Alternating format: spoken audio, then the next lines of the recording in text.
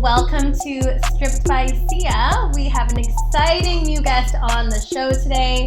We have Rae du Soleil. She is a local burlesque dancer here, your local go-go dancer, and also your local snake charmer. Welcome to the show, Rae du Soleil. Hi. It's been a while since I've seen you. The last time I saw you were in my class, which is cool. And also, we worked together many years ago. So many years ago. And I think we were both very different people back then. Yeah. So, sidebar, we used to work at the Keg a long time ago. Shout out to Yaletown Keg.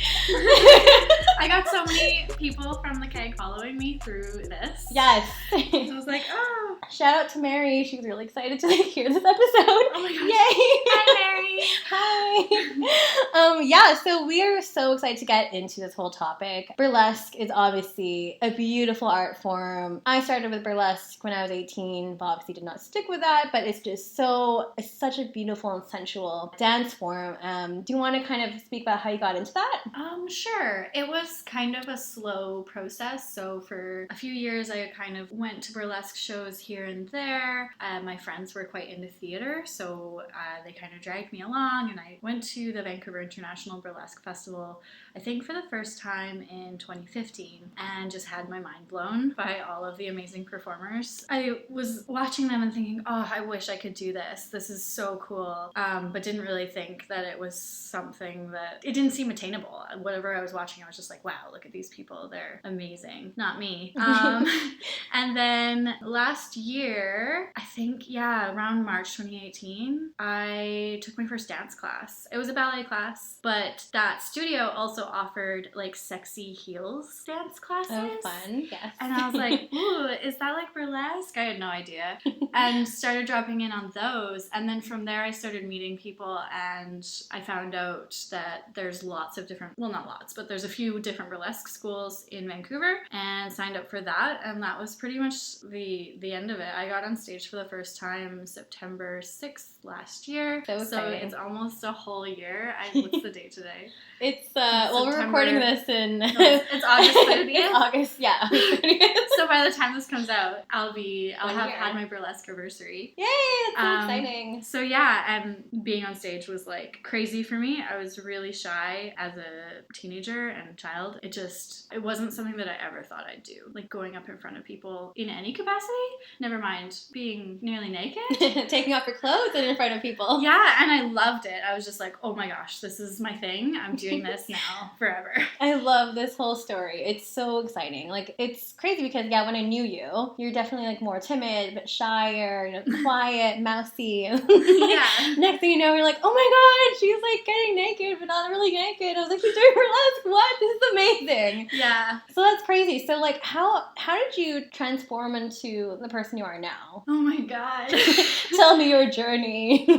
It's been a crazy year. It feels like it's been longer and also very short. I don't know. I mean, it's also partially my age, I guess. I'm 28. I'm turning 29 in a couple weeks. Woo! So I don't know about you. I think we're almost the same. Yeah, I'm turning 30 in October. It's just like a weird time in life when you start to like let go of a lot of things that, like a lot of mental things, at least for me, that were holding me back, or lack of confidence that just, totally. I was just like, fuck it. I don't care what anybody thinks. Yay. Oh, can I swear? No, yeah, definitely swear. Okay. Fuck, shit, blah, everything. Yeah, I just, over time, and with the dance classes, I connected with such an amazing community of women that, I don't know, I'm really awkward and still quite shy and weird, and they were like, yeah, come on, you can do it. And I was like, oh shit, I can do it. I can dance. I can do these things. I can be sexy. So yeah, that's been, I guess, the biggest change for me is I don't give a fuck anymore. It makes a difference when you stop giving a fuck, yeah. Honestly.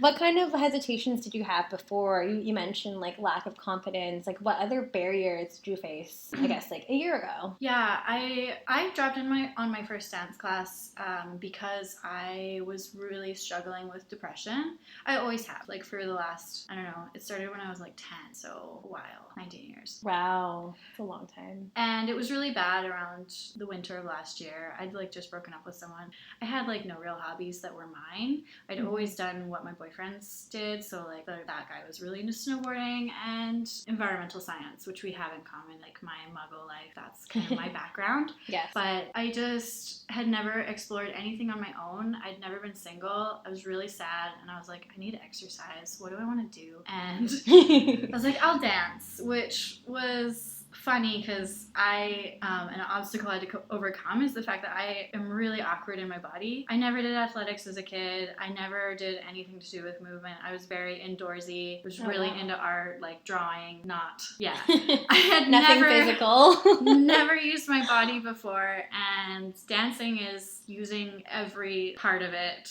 right to your fingertips and the tips of your toes. So it was really new and it was really challenging, and I sort of thought I wouldn't get the hang of it. I was like, I'm just not a dancer. I can't dance. I'll do this for exercise to try and like do something about being depressed and like leave the house. Yeah, it just started to come along. I don't know. So eventually, I was like, wow. I just was really tenacious about it.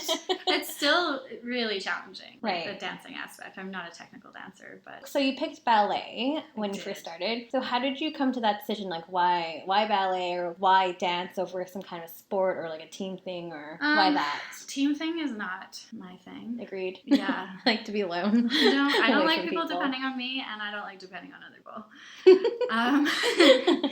But ballet was because I always wanted to do it when I was little. And I was going through this sort of time of trying everything I wanted to do when I was little, because my family they didn't have any money. So I didn't do a lot of hobbies when I was a kid. Like I said, drawing. Paper's cheap, pencils are cheap. They were like, you're going to draw. You're good at it, though. Thank you. I picked up violin, and then I was like, the other thing I really wanted to do was ballet, so I'll do that. Turns out ballet is not for me. It's just not sexy enough. No, and it's freaking hard. It's the hardest thing hard. ever. I highly recommend it for anyone that wants to get better at dancing, because it's just crazy. I still go to classes every now and then, but I hate them so much. But yeah, I started with that because I was really into it as a kid. I loved the ballet. I was like obsessed with watching ballet on YouTube. Wow. I immediately left ballet as soon as I saw other classes on the like schedule, but yeah. So then you started going into more of the dancing with heels, and then sort of forayed into burlesque. Okay. Yeah, it was a lot of just kind of meeting random people that were doing it who weren't like Vancouver International Burlesque Festival stars. Yeah.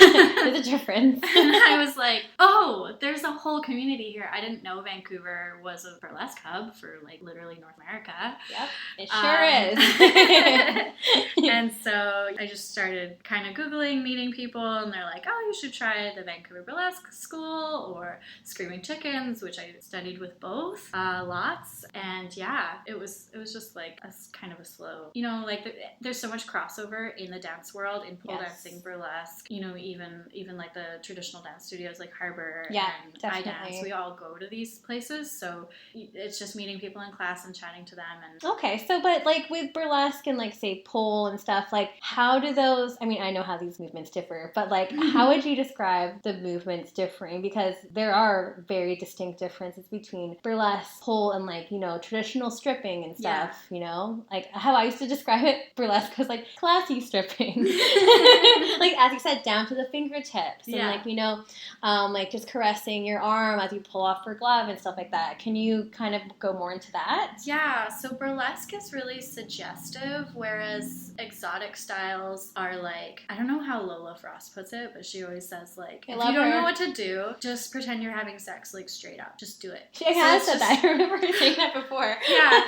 So I mean, exotic dance is just miming sex.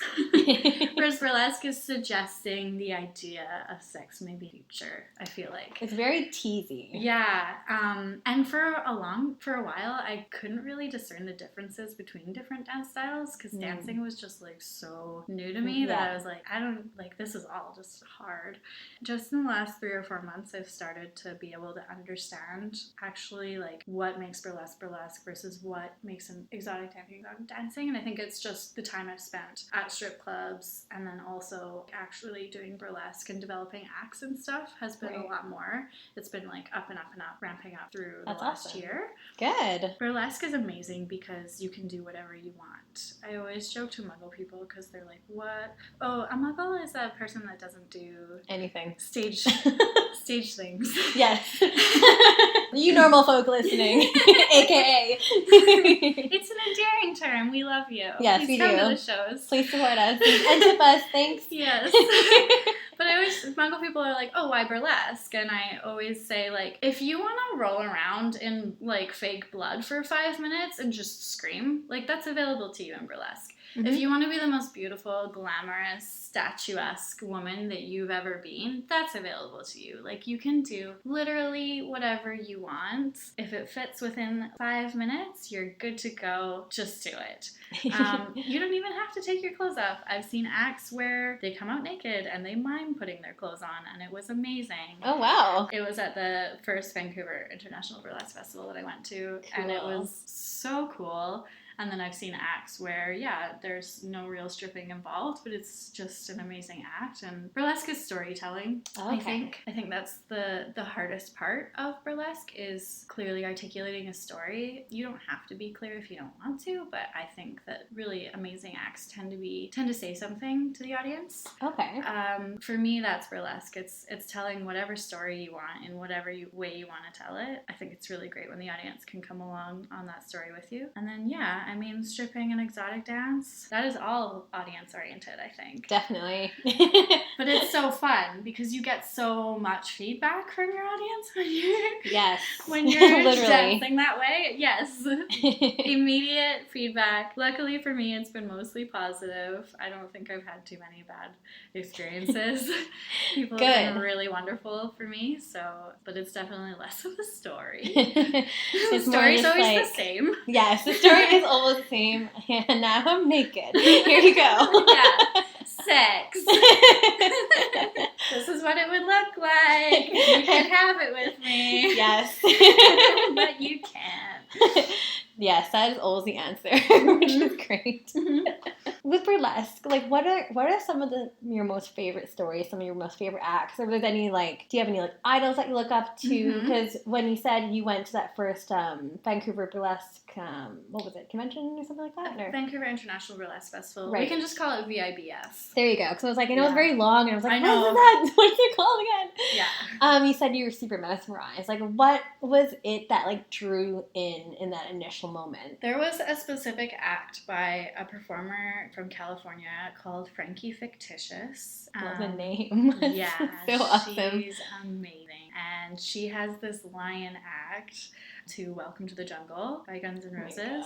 She starts out in a onesie with a huge glittering lion mask. Like, it's fully rhinestoned. I don't know if you've seen this before. But no, but I'm going to have to Google this after. And she comes out, it starts off with her, like, crawling on the ground like a lion in a onesie. Like, it's not sexy looking. When the song starts to ramp up and, like, Axl Rose is, like, starting to, like, scream, like, ah, you know that part? Yes.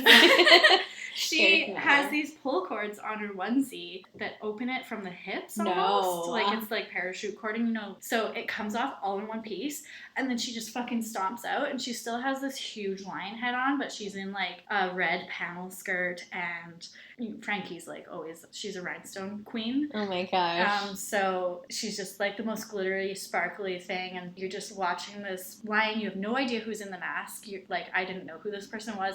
And then at the very end of her act, she pulls off the mask, and she had her hair done. I think she usually does this for this act. Really, really big, like an afro. And so she's almost like a lion herself under the mask, and I'm giving away her whole act, but that's the end reveal, and it's just so cool. It's really cool, and I was just like, wow, you can make your face a reveal, like, and it can be the most exciting one. Like, she's already naked, you've got it all, and it's like, no, you haven't seen her face yet. Wow, that's so interesting. Yeah. That's so cool. And you said you'd gone to like a lot of like different shows and stuff before. Yeah. Okay, like around the city, Vancouver. Yeah, I'd gone to like, there's a group called the Geekenders. They do like, you do the Star Wars burlesque and the Oh Sailor Moon yeah, burlesque. And yes, at the Rio. so yeah, my friends had taken me to those because they're So super fun. into like all that stuff, like super into Star Wars, Yes. super into anime. Like my friends are nerdy as fuck. So I would go with them to those. It was just seen as like for us, I wasn't part of the burlesque world or anything. It was just like this cool, like, I think those shows get a lot of muggles in because Yes.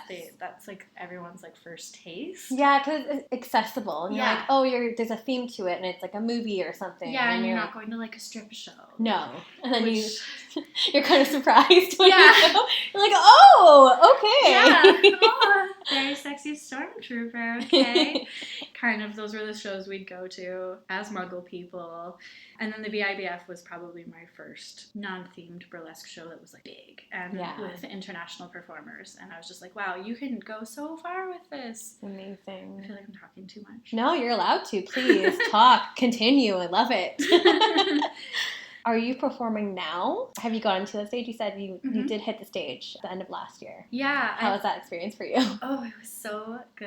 It was so scary. My legs still shake most of the time when I go on stage. The only times my legs don't shake is when I have a snake on me for some reason. But We'll get into that topic later. I'm so excited. yeah, I've performed in a lot of shows now. I feel like I end up averaging like one a month. That's amazing. And then the go-go dancing and all that. So I'm on display a lot, actually, for how short of a time that I've been doing this. I'm going back. I went on tour to Calgary a couple months ago as a state dancer, and I'm going back in 2 weeks.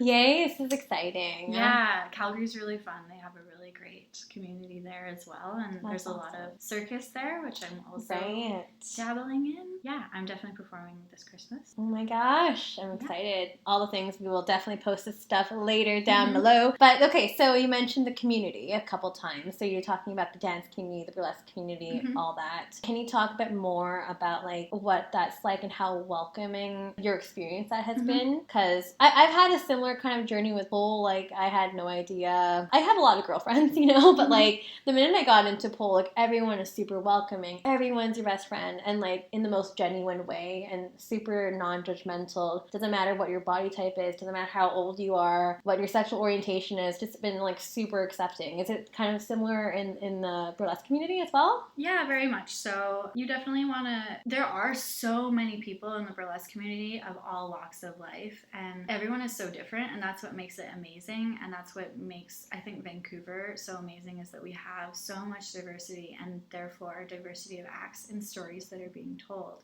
Because burlesque is very personal to most performers, I think. Most of us want to tell things that are close to our heart in some way. It's been very welcoming and very wonderful. That demands, like, you need to respect other people. I don't know how to put this, but it's a really great community for learning about interacting with people from all walks of life. So I've been really welcomed and felt really welcomed and safe. It's a safe space. I think that's what I'm trying to say. Yeah, definitely. Burlesque is safe for anybody to enter. And I love that about it. I love that when I sign up for a burlesque class and I get there, there are people of all ages, sizes. Like, it's so amazing that this is accessible to anybody, because so many things aren't. Yes.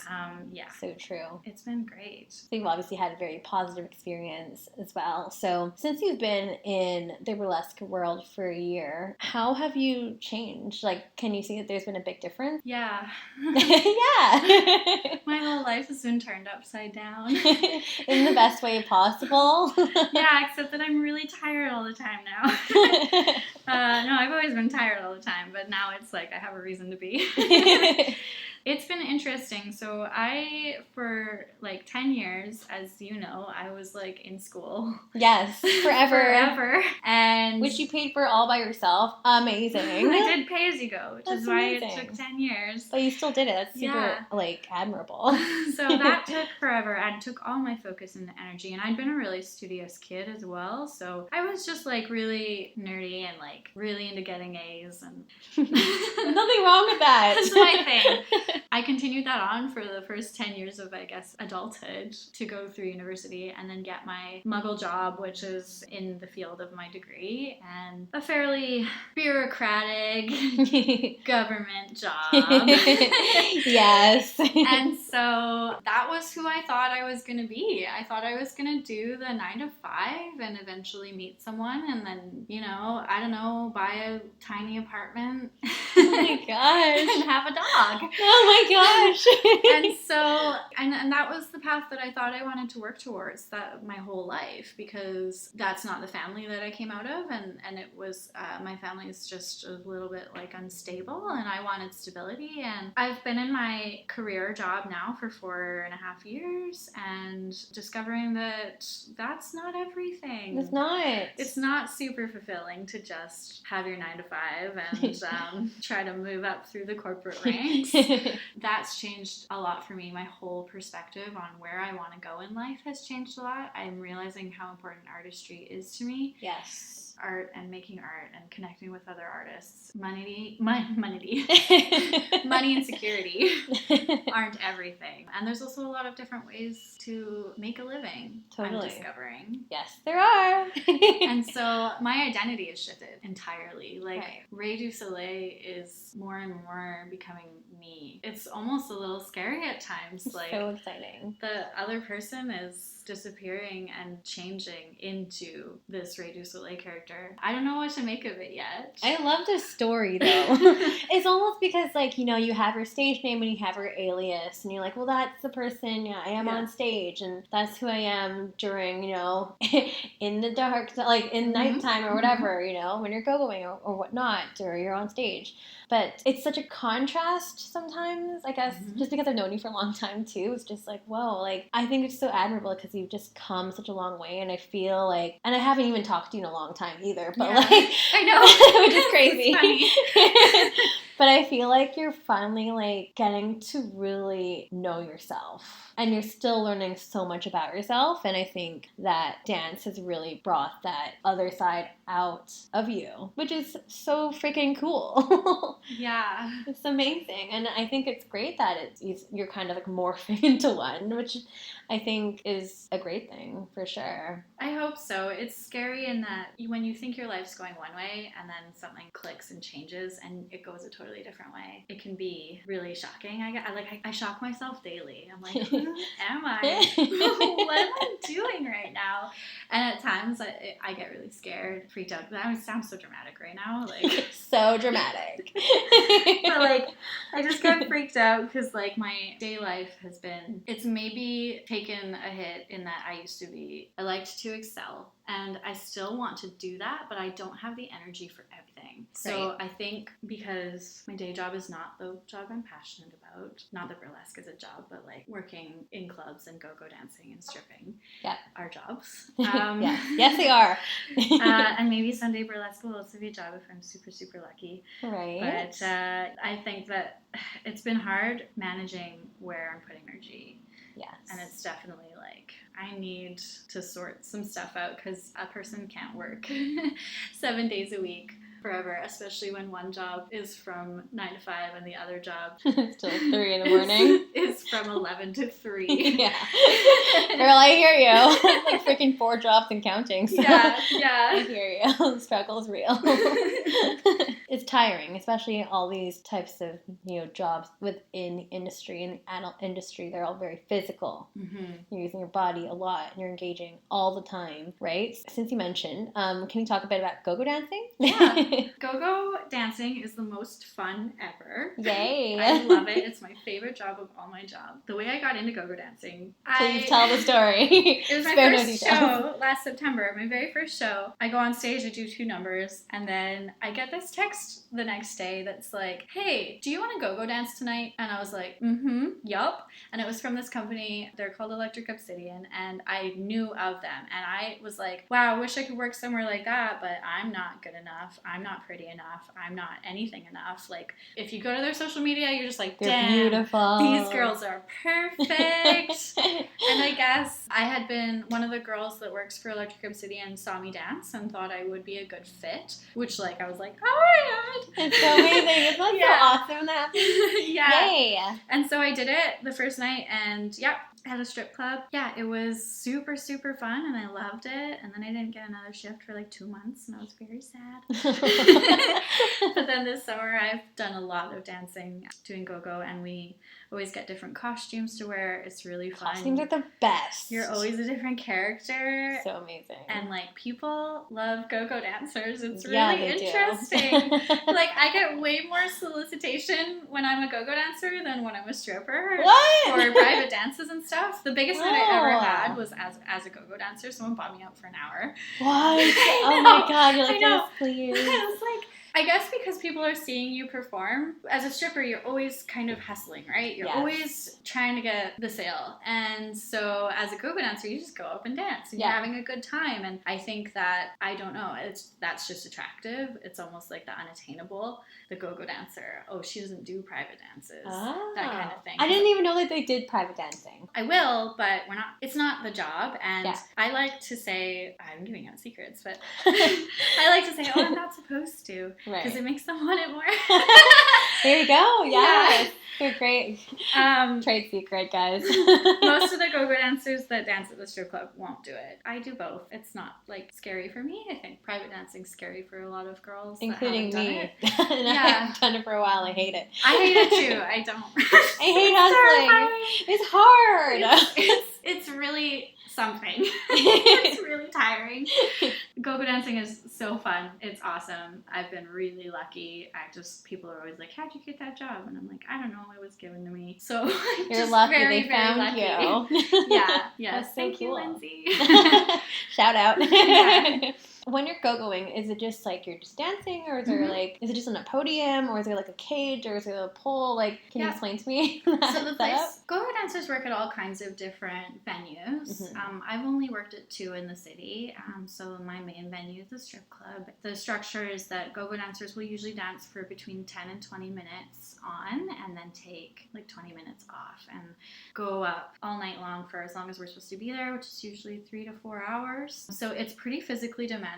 That's a long time to be dancing. It's really great. It gets you in good shape fast. At the strip club, it's a small podium with a pole or a cage, and we kind of switch off. Usually go-go dancers will work in pairs. It's always more fun for people when there's girls wearing matching outfits. Yes. It's all about that fantasy, right? Yeah, exactly. One of the strippers said to me the other night, I was go-go dancing, and she's like, go-go dancers are so magical. You guys are just so magical. And you are. Like, thank you. Like low-key jealous.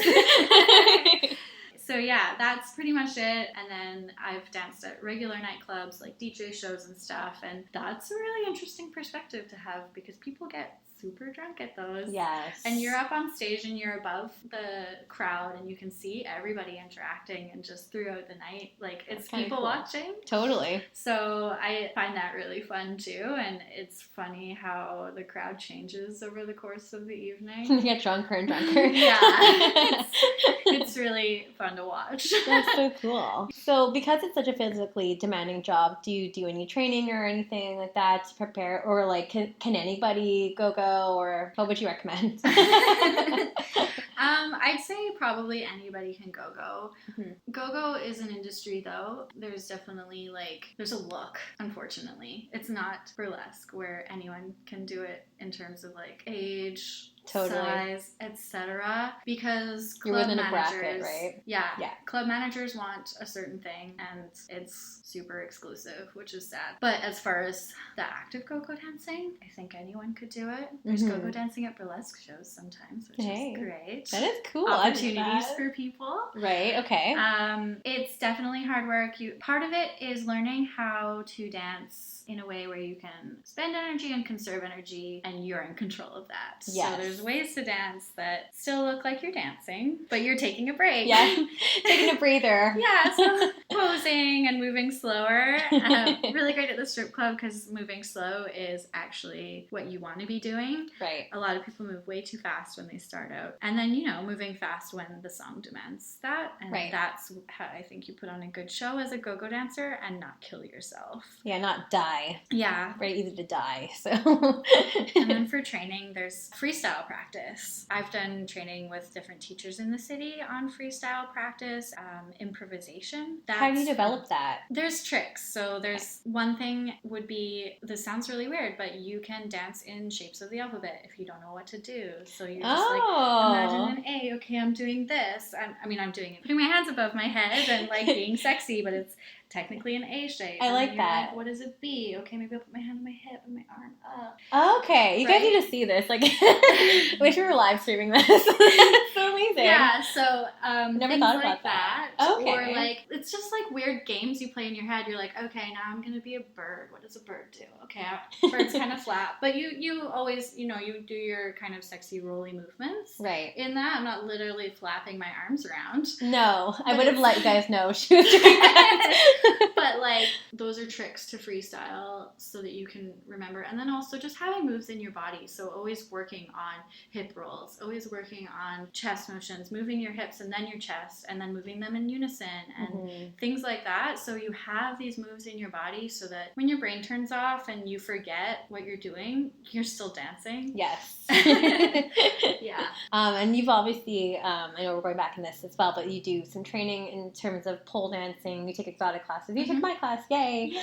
And now you're also getting into aerial hoops, which is kind of interesting and also really hard too. So, how's your journey been with those? They're very different. Fantastic. So the way I approach all of my studying in dance, I guess, is that everything feeds into everything else. Sure does. So nothing is a waste of time. Even though I might take a class that's totally unrelated to my goal, which pole and hoop aren't. Those are totally within my realm of goals. But like, say I take jazz tech. It's like going to help me with my lines overall and things like that. So I really love that about dance and performance. Like anything you do, taking an improv class, I've done that. It was terrifying. That sounds so nerve-wracking to me. I was very bad at it. But it helps with you as your performance and on stage and like persona and stuff. So doing all that, pole and hoop have been really great for strength conditioning. Oh my god. Yes. I haven't been doing hoop for very long and already I'm like, abs? Is that you? Yay! Yeah, so it's been great, and I love feeling strong, and I love that pole and hoop give you that. And working through the pain is kind of fun. Lots of pain. So much pain. But it teaches you that you can get through pain. Yes. And now other things in my life, even just getting blood tests is something I would put off forever. Or go to the dentist, which I did yesterday. Yay! And I was like, pain. Give me a break. I do hoop. It's just part of the game, right? But you just learn your limits. And you learn what you're capable of. Yeah, and of course, like, pain within reason. If it's actually hurting, then stop. But, like, depending on what it is. Stop once pieces of my hands tear off. Yeah. But... calluses for days. No one ever shake my hand. Yeah. It's like so gross. I know. You guys are like, ooh, your grip strength. And I'm like, sandpaper. Do you want some?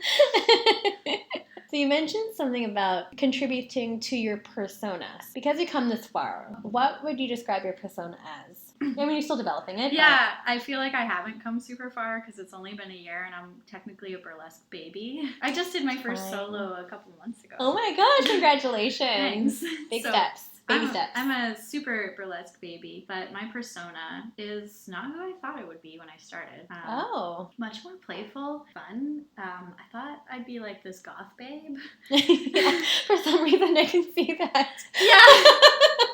Yeah, I went into it. I remember I didn't want to take on the name Rae du Soleil because it's Ray of Sun, and that's not goth. Yeah, it's like the opposite. Yeah, but that was the name that stuck. My friend came up with it. So I was like trying to think of all these like dark goddess names, like Persephone, and trying to find something that hadn't been taken. Yeah. I had like this list of mythical creatures and things like that I was like, maybe this and that, maybe like trying to come up with stuff, and nothing was really fitting. But I was like, I want to be like a goth bondage girl, I want to wear latex. Like, I really wanted to be that. Interesting. But the first time I got up on stage, the person that came out was like this adorable flirt that is like, And I could totally see that too. yeah. And so I was like, oh, I guess that's me. And that's the person that's come out of everything I've done. Even my solo act was slightly more serious than some of the group numbers I've been in, but it's still like cheeky. I think my persona is cheeky. Oh, cool. Yeah. I need to come see you soon. I can't wait. We're gonna plug some of her upcoming gigs and stuff later on, but that's so exciting. And plus, it is a journey, so you might be cheeky now. Maybe next year going to be something else. Like, it's going to be always ever evolving, right? Mm-hmm. So that's super freaking cool. So we're going to switch gears now. So I mentioned that you're a snake charmer. Yes. And I'm so excited to talk to you about this. Okay, like, how did you get into that? Like, you have a pet snake. Yes. Were you old into this? Or like, no. how did you get into this? I thought you wanted a dog. Like, what happened? I still want a dog. That's still my life goal. Yeah, snakes came with the burlesque. I did a snake photo shoot, which I think you've done too, or you're going to. No, I'm going to. I signed up for September 1. I'm so excited. Oh my god, I'm so excited for you. So excited. It's really fun. Can't wait. Cannot wait. We should talk about what you're going to wear later. Yes. But yeah, I did a snake photo shoot. I've never been afraid of snakes. I've always thought they were pretty cool. I grew up in the Okanagan. There's lots of snakes for the catching out there. Mm-hmm. I would like go out and catch snakes and frogs. And I was into amphibians and reptiles. I didn't think they were creepy, but I didn't know that I wanted one as a pet until the photo shoot. And I was like, wow, these animals are really cool and calm, and they make me feel calm, and they're like a big cold hug. Yes. And I went and did the snake handling course with the same group, which is Circus Sideshow Reptiles, and I do a lot of work with them now. Amazing. And the snake handling course taught me more about snake hair, and that they eat only depending on the age of the snake, what type of snake you have, either every week to like every month or so. Whoa. So they eat very infrequently. Right. Which means they excrete very infrequently. Good. Which means they're very easy to take care of for someone that works every day. I've always wanted a pet. I live alone, and I lived alone for a long time. I like it a lot, but it's lonely. Mm-hmm. And having my little guy there when I get sick or when I have a bad day at work, and I can pull him out and be like, I know you don't know what I am or who I am or why I'm here, but you're gonna hug me now. I love that. So I enjoy him very much. His name's Snoot, and he's a 10-year-old ball python. Amazing. And yeah, he's cute. He's very cute. He's got a snoot. So how was that, like, so you did that snake handling course, very cool. Mm-hmm. So you just went to the pet store and got a snake, or like how does that work? Is there No, I didn't go to a pet store. I don't recommend anyone buys a snake from a pet store. It's kind of like getting a puppy from a pet store. Right, I was going to say, like, bad times for the snake. Oh, no. Don't support the pet trade. Do not support that, peeps. And there are always reptiles. Oh, sorry. Your foot. That's okay. There's always reptiles on Craigslist and at various reptile rescues and things that need homes. People get them and then decide they don't want them anymore because they're not as cool as they thought or whatever. Oh, okay. Because honestly, they don't do that much. It's kind of like having a pet rock. Perfect. Yes. But yeah, went on Craigslist and found him. I did a lot of research, and it's really important if you're going to get a reptile to do your research. There's a lot of misinformation on them. Okay. So I went and got him from a girl in Langley. Yeah. She had fibromyalgia and couldn't take care of him anymore. Oh. So I'm glad I could give him a good home. Yeah, definitely, for sure. What kind of misinformation would you say that's out there in terms of like snake care? So much. I'll start with the biggest one, which is that they will want to kill and eat you. and line up beside you in your bed and like see if it's big enough to eat you. A snake cannot eat a person. No. Nor do they. Like, it's happened like in the Amazon, but that's a different. But not here in the Pacific Northwest. My mom is like adamant that my snake's gonna eat me, and I'm like, his head is as big as my thumbnail. Like, there's no way. And they just don't register people as food. So the smell of rodents is the smell of food for them. Right. People hopefully don't smell like rodents. Most of us. Yeah, most of us. I mean, some people they might, but who knows? So that's probably the biggest myth, is that they kill people. Generally, unfortunately, like there's a lot of, I think, people that keep reptiles with bad husbandry practices. So you need really high humidity. They need the right heat gradients. They need places to hide. They need a lot of stuff to feel safe and secure and have a good stress-free life. Mm-hmm. And I think a lot of people just get them and kind of put them in a tank and put down some wood chips and they're like, there you go. And it's like, no, they have needs. They live in like the jungle, in my snake's case, Central Africa. And so creating that kind of environment is important. Otherwise they do get stressed. Right. Okay. So what kind of environment does your snake live in at your house? Is it like a giant tank or like... It's pretty big. Yeah. There's some debate over whether ball pythons need a big space or not. I've given him one with lots of places to hide. I think that's a good middle ground. He's got, it's a custom made, I paid so much money for it. It's a custom made wood tank with like a cement wall that like looks like jungle rock, and it's like full of flowers from Dresso. It's very flamboyant. I love it. I don't That's know. amazing. I hope he's into flowers because they're all over his tank, and yeah, he's got like a huge water dish he can sit in if he wants to cool off. How can you tell when a snake is stressed out? They'll stop eating. Oh no. So they'll refuse food. When they eat, they put themselves in a place of vulnerability in the wild. They can't move as fast. Their digestion takes a long time because they're cold-blooded. They don't have the heat. So they have to stay in a warm spot for a couple days if they're going to take a meal. So they won't take a meal if they feel like their environment isn't safe. So that's one of the biggest factors. If a snake isn't eating, then there's probably something wrong with their environment. Other things are they'll explore a lot. They'll be looking for a way out. So snakes should just chill. They should be hiding most of the time. They say a hiding snake is a happy snake. Okay, interesting. And this is with certain breeds. Most of the breeds that we keep here in Canada would be wanting to hide during the day. They'll come out at night. Because they're nocturnal, right? Yeah. Okay, but if your snake is out in the day, like looking around, being active, trying to escape, that's not because he's having a good time. No, he wants to get the fuck out of there. Yeah. You're doing something wrong. Yeah. So God. Those are the two main. Okay, interesting. Yeah. Wow, that's super fascinating. I love reptiles. Like I've always wanted like a pet iguana or something. They're my favorite. I remember doing a project when I was like 9 on a Komodo dragon. I mean, obviously I cannot get a Komodo dragon, no, but I wouldn't recommend an iguana either, to be honest. No, okay. No. Iguanas, if they're well cared for, are super aggressive.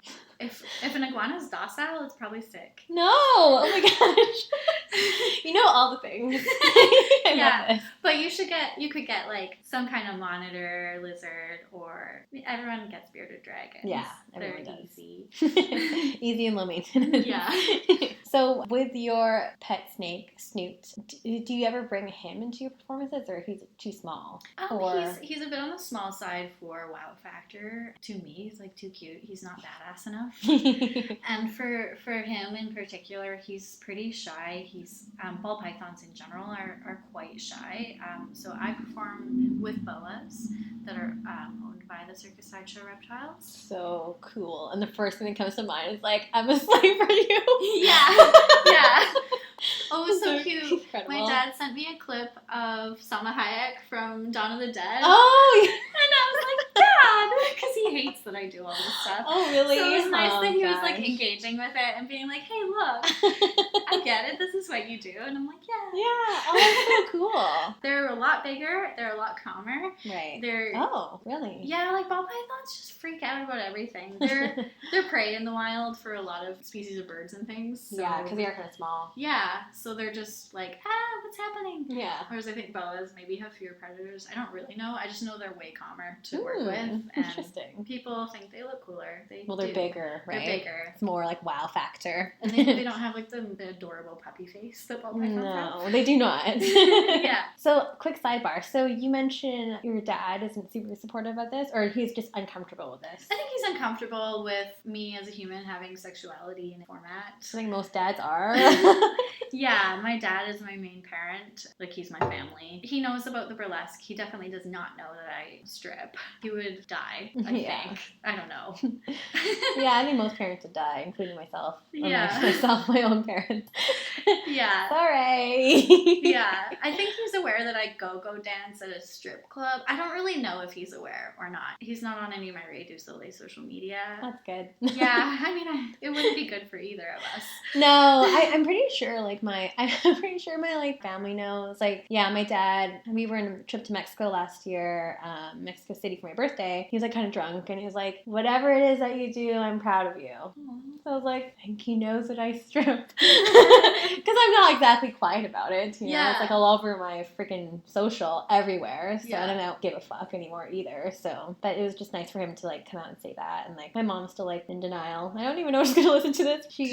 Are your parents on your social media? They are. Yeah. But sometimes I think my mom can be really like willfully blind because she's also very religious. So she's like, oh, so you dance at Penthouse. And when I say dance, I mean dance, guys, means I strip, okay? Like that's just what it is. But like I think you're not in the crowd, like I just fist pumping. I think my mom is so innocent sometimes, so it's very tricky, and it can be it's a tricky topic. Like whenever I want to bring it up, because again, like the whole like religion thing is just shrouding her judgment, and there's nothing wrong with religion. Well, there's also that their generation sees stripping really differently than what it is now today. Now I've explained this to a lot of like boomer men that come in, and they're like, "Why are you here, sweetie?" And I'm like, "Actually, I choose to be here. Thank you." All of us choose to be here.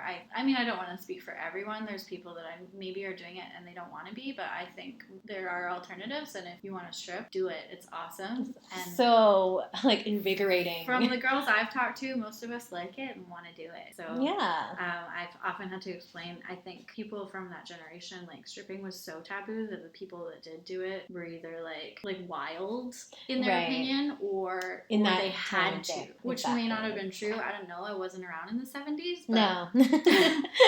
But I think that people of our parents' generation carry that view of it around, and they're like, why would you do that? And I'm like, why wouldn't I? I know. It's still like very, very, very old school type of thinking and stuff too. And then I think that still carries it on over with just a lot of people that carry kind of conservative notions, like in how they kind of see what stripping is, whatnot. And that's why I'm doing this show, to tell all y'all that's not what it's about. But I mean, of course, there are instances. I just personally never have met anyone in circumstances where they are forced into it, or they didn't want to be there. Everyone that I've worked with, and there's a lot of those people that are going to be on the show that have chosen to be here because that's what we want to do, and it makes us happy, and it makes us a shit ton of money. Thank you. And I think at least and rent. people that I know too, we're really proud of it. It's a super amazing art form, and pole dancing has been pushed so far in the last, I think, 10 to 15 years. Amazingly far. It's crazy what we do. I mean, I can't yet, but... You will. You will. I'm getting there. But yeah, it's pretty much like an observation status for the Olympics right now. So really? That's freaking cool. Awesome. Yeah, they announced that like 2 years ago. So that's awesome. Anyways, let's go back to topic here. So let's go into some Q&A here. So I think most of your questions are with snakes, basically. I think everyone people are asking like so questions many that are informed. Very informed question, and I feel like this person probably has a snake, because I don't even know what some of the stuff even means. So let's go into the first one. So like, how does one get comfortable around snakes? If you have a phobia, I'm not super qualified to answer. I think that phobias are probably something that needs therapy. But if you just are slightly freaked out by them, I'd say if you know someone with a snake, or you have access to a snake somehow, you can kind of go and hang out with it. I've had a few friends that are like mildly uncomfortable with snakes, and they'll come over, and you never want to force someone to like touch a snake if they're scared of it. Like you want to kind of explain the snake's behavior. I think if you understand their behavior and how to read them, they're very easy to read animals. One of the things I do is I busk with a snake up the street, and it's mostly like kids and I didn't know that. Yeah, you do all the things. So doing that is really interesting, because all kinds of people walk by and they're like, oh my god, a snake, oh, that girl has a snake around her, and I'm like, you want to touch it? And a lot of people are like, no, and I'm like, are you sure? Like, look how sweet it is. Like, look, it's not gonna bite you. And they'll come up and give it like a little poke. And then they're like, oh wow, it's not slimy. And I'm like, yeah, they're actually really silky. And then they're like, oh, and they'll want to feel it more. And just like basically spending a bit of time learning about them, I think is a good way to become comfortable. Very introductory, right? Yeah. Not to be like, here we go, have fun. Yeah. So we kind of already went over this question, what is burlesque like? How'd you get into it? You kind of already told your story about that. What is your opinion on cohabbing? Yeah. Or when they say cohabbing, they mean having two snakes in one tank. Oh, okay. My opinion is, unless you're keeping garter snakes, which are illegal in BC, don't do it. Do not. I recently saw a corn snake and a ball python on Craigslist together. They're like only going to a loving home, and snakes are solitary creatures. They are not social. They don't get lonely. They don't really have parts of the brain that govern emotions. So we think they don't really have emotions. It sounds like me. Yeah. Solitary does not have any emotions. Yeah. So they're not going to be lonely. You don't have to worry about that. If you're cohabbing and they're not, one snake hasn't eaten the other yet, that could happen to you because they're just going to compete for resources. So they're going to compete for the heat source and things like that. And I think cohabbing is pretty dangerous. So the answer is no. Natural substrate or wood shavings? Is that like what goes inside the tank? Yeah, the substrate. I use a substrate called forest floor. I find it really nice for keeping the humidity up, and it's basically cypress mulch. So I guess wood shavings, but not just any wood shavings. You don't want to use cedar or fir. And aspen is really not super appropriate because it'll go moldy if the humidity is correct. But it also won't contribute to keeping the humidity up. Some people get away with aspen. I like forest floor, cypress mulch, whatever. I didn't know there's so many different kinds. What? So if you have a ball python, Eco Earth is not great either because it can get stuck in their heat pits. Oh my gosh. But Eco Earth is good for some species. Depends what you have. Depends what you have, right? Okay. Enrichment-based life or highly scheduled? I think what they mean by highly scheduled is whether I feed on a 2-week basis clock or something. Yeah. And enrichment-based, I see snake enrichment as do you take them out and do you give them an environment that has things to do? Okay. Because some people keep snakes in drawers, drawers. Yeah, drawers. They literally keep them in. It's I like to just think it's an underwear drawer. And there's it basically is. Yeah. Oh my gosh, that's a thing. Okay. Yeah. What? So I think that's probably fine for some species. Ball pythons don't do that much. They probably don't need enrichment. Snakes aren't super intelligent. But I prefer to offer enrichment. Mm-hmm. And I do take my snake out every now and then just so that he, has socialized, but not really socialized, but just just of the environment. Even if it is stressful for him, I think it's good to have a little bit of stress in your life. It keeps things interesting for them. Highly scheduled, I feed him pretty much on a 2-week basis. Occasionally, I can't go to the store that day to get the rat, so he has to wait a day or two, but he's overweight anyway, so it's fine. This is sounding so appealing to me. I'm such a low maintenance animal. Right? Yeah, I love Yeah. that. I'm never home. Yeah. So it's Exactly. Rack systems, cruel or all snake needs. Do you know? I don't even know. That's what I this just means. was talking about. So okay. The drawers. When people have a lot of snakes, they'll kind of get what is called a snake rack, and it's just drawers that you pull out, and each one will have a different snake. They'll have a water dish in their drawer. Sometimes they'll have a hide, a little cave for them to hide in. Okay. In the drawer as well. Sometimes they don't. Like I said, personally, if you only have 1 or 2 snakes, why not have them in a beautiful display case and offer them the enrichment? If you are a breeder and you have a lot of snakes, I don't know that racks are necessarily cruel. I don't really know enough about snake physiology. I wouldn't feel good about it myself. But I'm not going to judge people that keep their snakes in racks. They're not highly intelligent creatures. They're not super social. They do like to be in the dark. A rack does theoretically provide that. But, just putting an animal in a drawer just feels wrong to me. It does feel wrong. Why even bother getting a pet that you're just going to be in a drawer? People get really obsessed with snakes and they just buy more and more and more. There's people with hundreds of them. Yeah, so I remember reading about this, watching this YouTube person that she had a ton of snakes, but not in great care. And then people were you're not taking care of the animal right. Reptile people are interesting too. There's so many opinions on, these are all asking my opinion. Yes. There's so many opinions on how to keep an animal, and I think reptiles haven't been studied very much in captivity, so the information is oh, you should do it this way. No, you should do it this way. Well, where are the studies? There are none. So, I don't know. These are all my opinions. But. Interesting. And last question for the snakes. So, frozen, thawed, or live rodent? I think,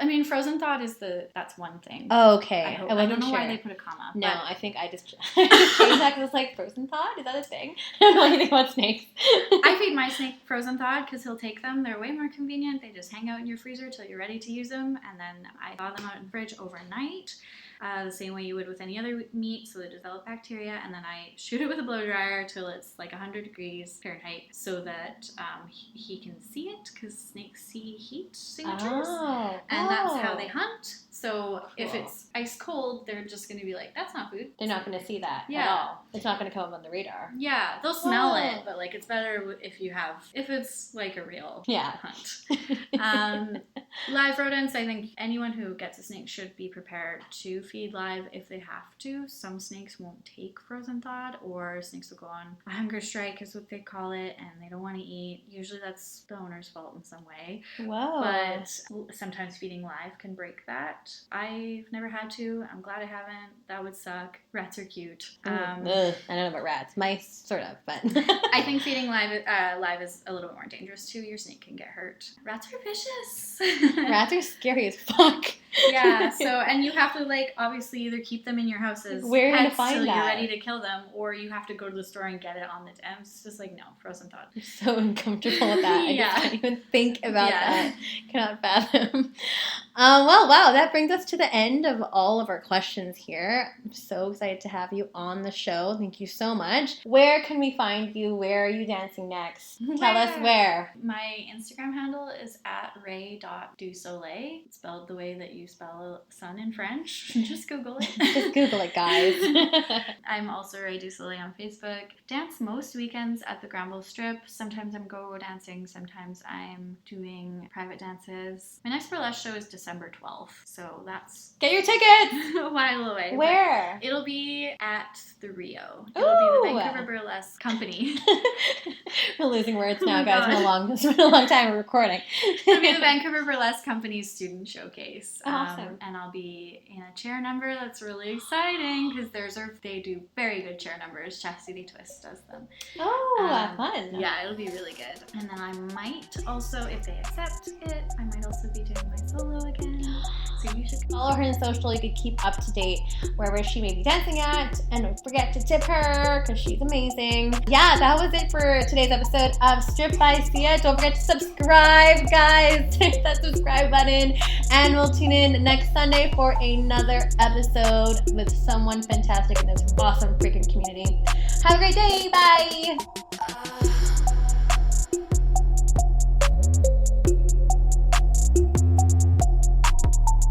You're listening to Stripped by Sia, produced and hosted by Steph Sia, aka Kimchi, music by